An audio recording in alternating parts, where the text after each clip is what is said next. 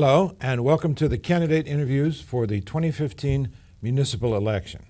This is brought to you by Citizens for Environmental Balance and taped here in Newburyport's community studio, PortMedia, located on Graff Road. Citizens for Environmental Balance, or CEB, is a grassroots volunteer citizens group dedicated to ensuring that the people's voice is heard during public debate regarding the important issues that will have a long-term impact on the quality of our community's environment and our children's future. One of our mission goals is to present factual information so that informed decisions can be made regarding the future of the community. Citizens for Environmental Balance has, for a number of local elections, run candidate interviews. This is a series of one-on-one interviews with candidates for the city council positions. All candidates have been invited to participate to air their stance on issues and to present themselves to us, the citizens of Newburyport. Each candidate has been given a list of questions 48 hours in advance of his or her interviews in order to prepare. Each candidate shall be asked the same questions. Follow-up questions will be asked as needed, and these will vary. I'm Dennis Chambers. I'm a resident of Federal Street and a registered voter here in the city, and I have essentially formulated these 10 questions. Each candidate's interview will air on the local access channels throughout the remainder of the season. In addition, the interviews will be posted on the internet for those without cable. May the voters be informed. Hello, I'm Dennis Chambers. I am here on behalf of Citizens for Environmental Balance. We are talking today with Mr. Rob Germinara. He is running for City Council at large, and welcome, Rob. Nice to have you join us. Thank you very much. Thanks for having me, Dennis. I appreciate it. You're welcome. Why don't you take a minute or two at the very top and tell us why you're running and what do you see for the future of the city? Well, I've been inspired in the last 3 years to run for City Council at large because I've attended nearly every City Council meeting, NRA meeting, Waterfront Trust meeting, Harbor Commission meeting, and Parking Commission meeting. Not many people in the city could say that. And I've just become disappointed in the way I see things getting done in the city. We seem to be spending money that we just don't have, borrowing against our future here. And I think after being very involved in these meetings in the last 3 years that I could make a difference if the people would give me a chance to get to the City Council chamber at a seat and have a chance to vote, Dennis. Excellent. What about your business background or your education background? Well, I'm a 1984 graduate of Newburyport High School. I'm actually a native son, a townie, if you will.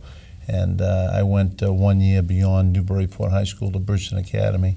But I'm actually a professional tractor-trailer driver. I have 31 years experience in tractor-trailers, and I'm an entrepreneur. I've been involved in other businesses in my life, and right now I'm in transition, working for a couple of different people driving those tractor-trailers. So it's how I make a living, it's how I survive, and very proud of it. I'm a professional driver, and I work to stay alive, so that's what I do.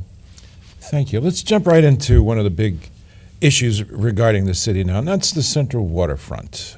Everybody has an opinion about the waterfront. Sure. Everybody has an idea of what should happen to the waterfront. Tell us what your vision for the waterfront is. Well, I've been very involved with the Committee for an Open Waterfront, very active for the last 3 years. We've been involved in standouts on Saturday mornings, and I've attended nearly every COW meeting since my involvement began just 3 years ago. And I'd like to think that I'm part of pushing back the administration in City Hall to finally open their eyes up and let people know that that plan, Union Studios, was something that the people, the majority of the people that is, did not want, Dennis. And the waterfront has to remain open. It's unconditional. That waterfront belongs to the people, and it has to remain open. I've been very active fighting for rights of ways. For instance, I've been very adamant about the fact that the people need to reclaim Lower Custom House Way. That is the downriver side of the Custom House. There's a situation that exists now where there was a joint survey of the land, the NRA and the Waterfront Trust, that they paid for together. And there's water way rights that have not, rights of way that have not been turned over from the NRA to the Waterfront Trust, and that needs to happen. This needs to be recorded at the Registry of Deeds on a plan that is there in perpetuity. And quite frankly, I'm going to continue to fight for the open waterfront. And as far as I'm concerned, it just has to remain open. It has to be turned into parkland. You mentioned the Newburyport Redevelopment Authority. What do you see their role going down the road a year or two? Well, first of all, the people that are on that board currently, I'm big fans of all of them. I think they're first-class people. Tom Salemi, Bob Eulig, and Marion Levy just got appointed to that board. Leslie Eckold and one other whose name has escaped me right now, Andrew Sidford. Forgive me, but that board at some point in the future is going to have to disband. Unfortunately, they're the ones that are in charge of disbanding themselves, so that's a whole different issue. They should not disband now. They need to stay intact to wrap up some loose ends down there. But in the near future, and I can't give you that date, Dennis, I really can't, but they have to vote themselves out of existence, and they have to turn that land over to the Waterfront Trust. That's my personal opinion. Let's just jump in with both feet, if I could put it that way, into Sure. the water and sewer issues in town. Not the most pleasant thing to talk about, but certainly important. Well, I've had firsthand experience. I've toured the sewer plant down on Water Street with Joe, the operator of the plant, and I've actually been in the bottom of the sewer lift station down here in Graff Lode, touring that. And I've been in the bottom of Olga Way down on Plum Island, so I have a pretty good background on what's going on there. It's amazing, Dennis, what money will do. You have a sewer issue of a smell, and it seems to me that if you throw money at something, it has a unique way of taking care of bad things. When they did the rehab of the sewer plant specifically, they didn't go far enough. And had they addressed these smells in a better way, my understanding is the biomass filter is not big enough, and had they done that, I think most of the smell would have been taken care of. So as far as the water plant goes, I think we're in very good shape there. We've just done a tremendous rehab of that, and we were really on the fence. A few years ago, there was a chance that we could have been in big trouble up there, and kudos to Mr. Colby, who was instrumental in getting this thing where it is today, and I understand he's still the consultant for the city, and we're very lucky to have him, Mr. Paul Colby. And so, there's a bunch of good guys up there, and they're really doing a good job. So our water supply is something that is very important to me. Years ago, I spoke against giving our water to Newbury when they talked about putting the Little River Transit Village in over the bridge in Newbury, and it's precious. My personal opinion, a gallon of water someday is going to be worth more than a gallon of diesel fuel. So I think we're in good shape on the water department. I really do. Interesting you mentioned that. I think in the next 50 years, water is going to be a huge issue, much bigger than it is now.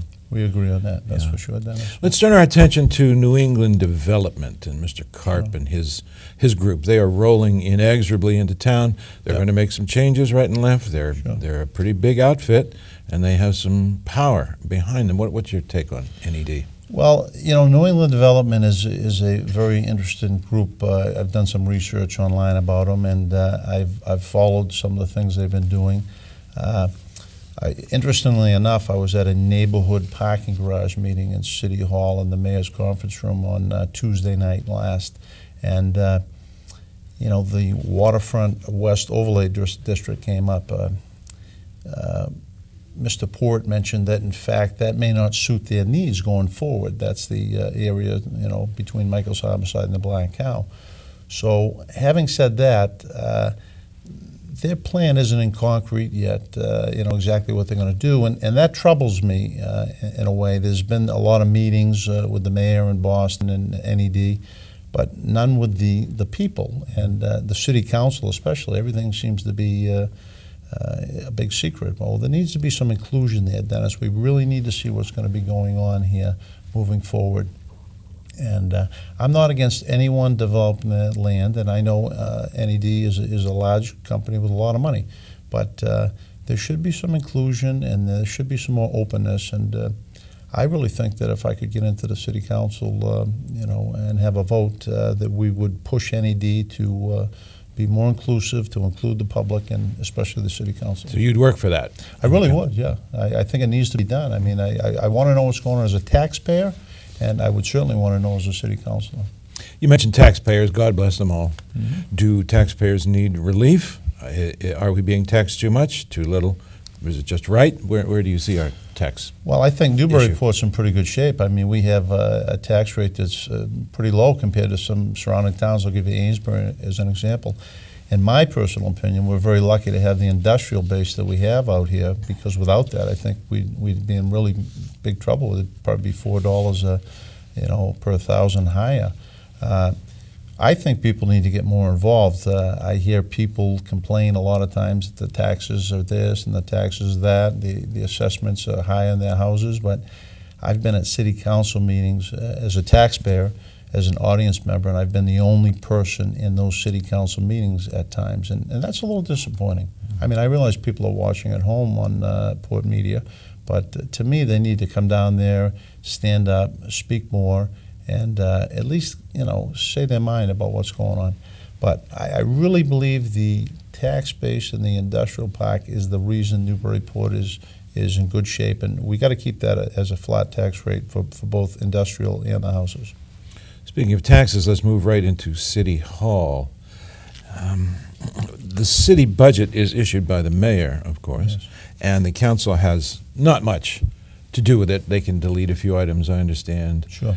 What's your take on the city budget? How would you behave? How would you conduct yourself as a member of the council regarding the budget? I got to tell you, Dennis, I was at a city council meeting, and it was a very important one when they talked about the budget just past 2 months ago here. It was painful to watch $65,000 get shifted around, and to me, it was disturbing. Really, it was not something that I thought was even worth the exercise that they went through in that hour and a half. I mean, look at, you got a $54 million budget, and you got 60% of it are going to the schools. And quite frankly, the schools need to be held to a line item. I mean, Tony Fanari down the DPS has a line item budget. And, why don't the schools have that? We don't have enough say. That is the city council or the taxpayers per se. And anything goes on against the school budget. Don't get me wrong, I'm not against anything the schools are doing. I just want to know where the money's going, and I think everyone else in the city wants to know that too. Speaking of schools, what's your take on education in the city? Are parents well advised to relax and enjoy what's going on? Is there any changes that you see needed to be made in the school? Well, I bleed crimson and old gold. I want you to know that, because I am a 1984 Newburyport High School graduate. So I am partial to the schools, and I came up in the system, and we spent a lot of money on the schools. I've seen the schools firsthand. I'm not against that the money needed to be spent. I'm a little disappointed in some things that I saw when the high school was rehabbed and how they handled the stadium originally, but I think we got that back on track. I'm looking forward to my former high school football coach, Jim Stanlin, being the field being dedicated to him, and I think of all my teachers and the other coaches back in the day, and I'm really proud to be an NHS graduate. But as far as the schools, again, back to what I said, Dennis, the budget and where that money's going, to shift $65,000 around just seemed a little silly to me. If we can open it up and just get a real idea where that money's being spent, then I'm okay with that. The schools always are top heavy, and they're not heavy enough at the bottom. So top heavy, you mean by administrators? Well, I think so. I mean, again, that's my personal opinion. I'm not saying anyone's doing a bad job there. I'm just saying that I'm partial to injecting the money at the SPED level, at the sports level. I think sports are very important, and I think the special education, I think you need to take that money and take it to the bottom and push it up. Do you see any changes needed in, say, things like music, art, literature? Do we need to bring more of those back into the schools? There's no question. To me, that's sometimes the kids are there for the English or the science, but It's the extracurricular activities that you know, the kids are really striving for here. And you know, unquestionably, we need to inject some money back into those programs and get those things shining again. I recall these things now as I'm a little older at 48 years old, but you know, when I was 17, 18 years old in high school, I didn't probably appreciate them as much as I do now, but I really think we need to figure a way to inject the money back in there. There's money available to do that, Dennis, and it has to be done. I think that those kinds of programs, the art and the languages, tend to help students get into better colleges too, if they have experience there. Yep. Do you think that parents move into a town or out of a town primarily on the school system? Well, it seems that, you know, and I've heard that in different instances. My two children happened to attend Triton. They lived with their mother in Salisbury, and to me, the education at Triton and Newburyport was about the same. So, I mean, you could maybe put a St. John's Prep against it, or Governor's Academy. It's a little different education, more geared toward you know, a real college, aggressive college program. But to me, and I know some of the teachers personally, that Newburyport is very strong, and I can appreciate the job they're doing. Again, I don't want to pick on the top level of brass at the schools. I just need, I just believe that we need to have more openness on where the money is, and I really am for pushing it up from the bottom. I really am. There has been a term kicked around in many town districts and even in the State House for years. The term is free cash. Mm-hmm. Money that is available after all is said and done after a budgetary period, right? What's your take on free cash in Newburyport? Right now, currently, it's my understanding as of today that we have about $2.6 million available, and to me, that's a savings account. I mean, I'd rather have $2.6 million sitting there available for some sort of catastrophe, God forbid we have one, than not to have anything there. If we had a $2.6 million deficit, then we'd be in bad shape. The city's currently on a AAA rating, which is the highest you can get, and is there a way to tap into that free cash? Well, I believe there is, but another disturbing thing to me is that I've also been informed this week that we actually have outstanding taxes, real estate taxes, from fiscal year 2014 that equal $1.5 million. And I'm not talking about picking on a fixed income person that is struggling along. I mean, there's ways to offset that. You could volunteer at City Hall and offset some of the taxes there. I'm talking about the businesses that are behind. If we could not issue business permits or licenses to businesses if they haven't paid their taxes up, we need to be a little more aggressive in that. I've heard it come up at city council meetings, and I think we really need to get a little more aggressive in collecting anything, say, outstanding at least 6 months to a year out. You know, I'm not talking about somebody that's a little late, a quarter or 2 quarters. I'm talking about 6 months and beyond. We really need to get that money, Dennis. Let's jump right into, maybe that's the wrong term, having slipped on the sidewalk myself last year. One of my pet peeves, sidewalks. Let's talk about sidewalks in the city of Newburyport. I'm an avid walker and I'm an avid bike rider in the city, and this is really something I feel very strongly about. I have an idea. I've actually been chewing on Planner Andy Port's ear for about a year on this, and then I started. He's the town. He's the planning and development director, and a great guy, and the city's lucky to have him. But I have an idea for that, and I think we need to really put it into place. I was at a meeting last week when DPS Director Tony Fanari and Assistant Director Wayne Amroth, and again, a lot of credit to Wayne. He's done a great job in getting this terminology together for these sidewalk standards, that is concrete and brick, that are going to be put into a city ordinance. Really? Councilor Eigenman has been pushing this, and I give a lot of credit to him for that. He's actually just uncovered a John Bromfield fund that was about $120,000 that was sitting dormant. But $120,000 for sidewalks, Dennis, just doesn't even put a dent in things. Having ridden around the city on my bike quite a bit, I've seen about 30 different examples of where contractors have come in and done a full rehab on these buildings, on these houses, and maybe some of them needed it. And they've done quite well, and they've sold them for a very handsome price. But the sidewalks and the trees, especially sidewalks and trees, to me go together, haven't been handled properly. I've seen instances where they've cut trees down, left the sidewalks, cashed out, and been on their way. I think what we need to do is we need to, and this is my idea that I've been pushing with Councilor Eigenman, and I'm hoping that this is going to get made part of the ordinance, is that these contractors, say for instance, did a full rehab on a house and there was 100 feet of frontage on that lot. Well, in that scenario, about $10,000 would have to be contributed to a sidewalk fund. And in that scenario, too, there'd probably be the instance where you would need a couple trees. And I'm not talking about the whips. I appreciate the kids' efforts when I see them planting the whips. But the reality is they're not going to make it. So we need to, in that scenario, charge the contractor, say, $500 or $1,000 a tree. So to sum it up for you, Dennis, if there was 100 feet of frontage, they did a total rehab of a house, a contractor should be liable to put away in a city sidewalk and tree fund about $12,000. Well, of course, the contractor's not going to be happy with that, but the reality is that $12,000 doesn't even put a dent in what they've made off that house. My other idea in regards to the sidewalks and the trees to prevent this going forward is that we really need to come up with some sort of public-private partnership.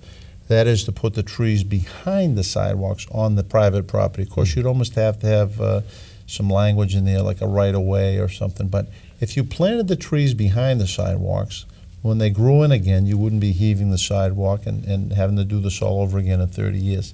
I'm thinking 30 years out. I'm not just thinking about putting the sidewalk on, making it look good for the sale of the house, and then in 5 years it's even the sidewalk again. Let's really be clear on this thing here. In Newburyport, we seem to cut 2 trees for every one we plant.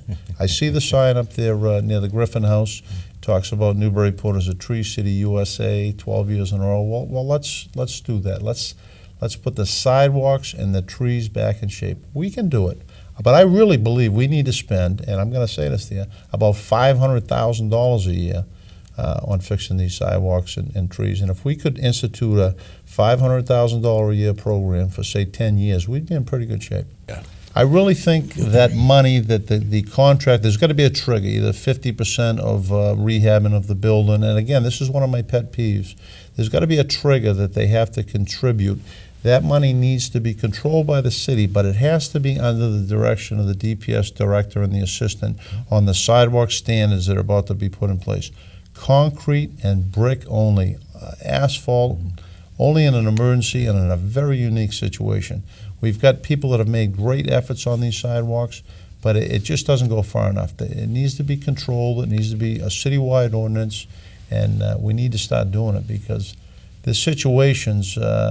I recently attended a Commission on Disabilities meeting that there's situations in the city that I can't walk over these sidewalks, the routes, and I know the guy in the wheelchair can't get over it. So I'm latched on that one. That's really one of my pet peeves, Dennis.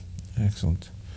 Let's talk about the garage that will be going up on Titcomb Street. What's your take on that? Well, it's funny. That's probably the second biggest issue that I've been involved with and I'm very passionate about. I happened to attend a meeting a month or so ago up in the City Hall auditorium, the first meeting of 3, we were told. And I said my piece that night for a couple of minutes. And I actually attended the neighborhood meeting in the mayor's conference room I referenced earlier in this interview.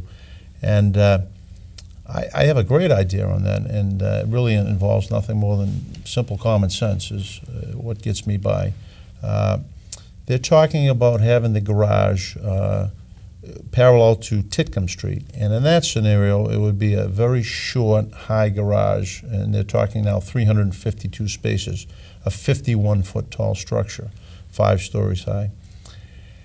In that scenario, we, as a city, would have to take, or by friendly purchase or by eminent domain, 2 buildings, 92 and 94, and I believe 96. I may be wrong on the addresses. There's a small hair salon next door, and then a duplex, 92 and 94 Pleasant Street. And you still have other issues with that, and that is that some of the neighbors' view is blocked to the water. Now, by right, and I'm not sure if a lot of people know this, you don't have a right to your view. If somebody builds in front of you, that you don't necessarily have the right to stop them from doing that. But what my idea is, and it's very simple really, is that they need to turn the parking garage and put it parallel to Merrimack Street. At this meeting, when we turn the garage, leave the garage parallel to Titcomb Street, there was talk that they would actually consider exiting the cars out onto Titcomb Street, and then to reverse the direction, make it two-way on Pleasant Street, and then go so far as to reverse the direction, make it a two-way on Green Street. In my personal opinion, that's not a good idea. The downtown flows very well now. If we could just simply put the parking garage parallel to Merrimack Street, and in that scenario, you'd probably have to tear down the Pure Bliss building, the former Checkaway Oil Company building. I know it well because I worked there in 1985, 6, and 7. Prior to that, it was a Jenny gas station. But if you could do that, make it a long, low garage with some commercial space in the front, perhaps a coffee shop, the MVRTA, and maybe even the Chamber of Commerce. I know the Chamber would like to stay on the waterfront, but the reality is if the cars are coming in through the parking garage, then maybe that's the starting point for the tourists to come to the city. In that scenario, if you made it only a 4-story garage, a little lower and longer, if you will, that would stop the city from having to take any of the properties by friendly taking, that is a sale, or by eminent domain. But exiting any cars into the residential neighborhoods of Titcomb Street or Pleasant Street, to me, is just wrong. It's fundamentally wrong, and those people shouldn't have to suffer the onslaught of 350 cars or 325 cars exiting. If you put that parking garage parallel to Merrimack Street, having torn down the former Vanguard Key Club here, or soon to be former Vanguard Key Club, you could also have some surface parking there. So you could end up with 400 parking spaces very comfortably on the NED land. Back to NED in conjunction with that parking garage, they're looking for 90 spots in that parking garage for their waterfront development. And to me, the city has the leverage right now. And, there's $7 million hanging out there, $5 million state commitment, and a $2 million federal commitment. What concerns me about the parking garage is we were promised 3 meetings, and there was one in September. There's not going to be one in October, and there's only going to be one, I understand, in November.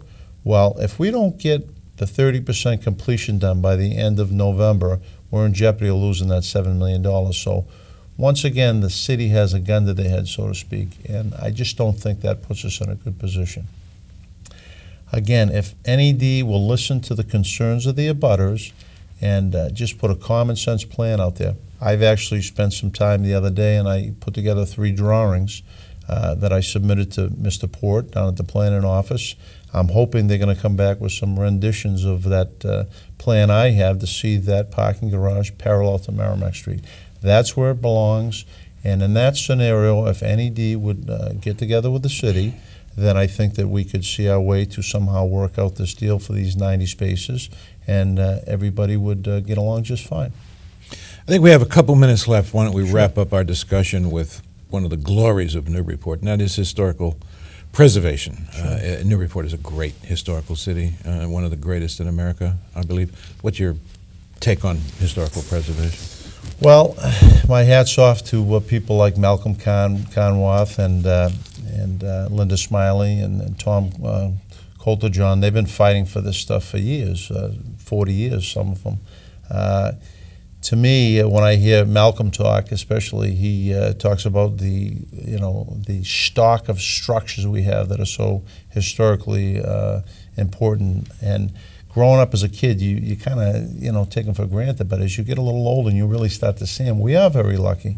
I applaud the efforts of once again Councilor Eigenman for putting these demolition controls in place and working together with the citizens that weren't particularly too fond of having somebody having control of their property. But I think a happy medium was worked out on that. I really think that we really need to take a real hard look in the mirror and decide going forward if it's more important to make money and move on, or is it more important to save these structures? Once they're gone forever. So I live in a house built in 1939 that is not of any historical significance, but all my neighbors' houses are. So I can appreciate them. I'm just outside the historic district and the demolition control district. But there's not a day I don't drive down High Street on my bike or in my car and say, boy, we're lucky to live in the city. So there's no question that we have to go above and beyond what we're doing now to preserve the remaining structures. Do you want to take a minute and wrap up your main thoughts about running for city council? Well, Dennis, quite frankly, I think I've done the legwork. I really committed myself 3 years ago to get involved with city politics, to attend meetings. I probably have, a 95 to 97% attendance rate in all the meetings that I spoke of. You know, I'm passionate about the waterfront. I understand the sidewalks and trees issues. You know, I'm concerned about taxes increasing like everybody is. But I really think that if the people would give me a chance, I have thinking that's outside the box here. And it's not going to be business as usual for me. I have a strong voice. I have a strong opinion. And I think if people would vote for me on Tuesday, November 3rd, that I would certainly give them the best I have, and that is that I'm going to take the fight for the people. You know, I'm a person of the people, and I really think I deserve a shot at having a vote at that city council chambers. Rob Germinara, thank you for sharing your time with us today. I appreciate it. Thank you very much. Thank you.